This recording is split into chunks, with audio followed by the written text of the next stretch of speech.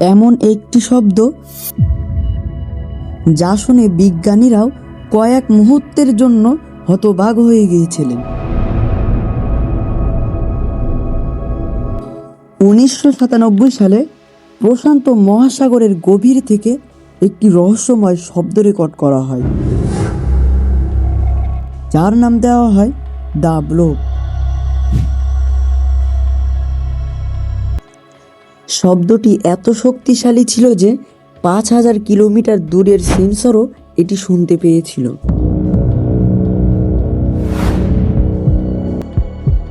প্রথমে বিজ্ঞানীরা ভেবেছিলেন হয়তো পৃথিবীর সবচেয়ে বড় অজানা প্রাণীর আওয়াজ এটি।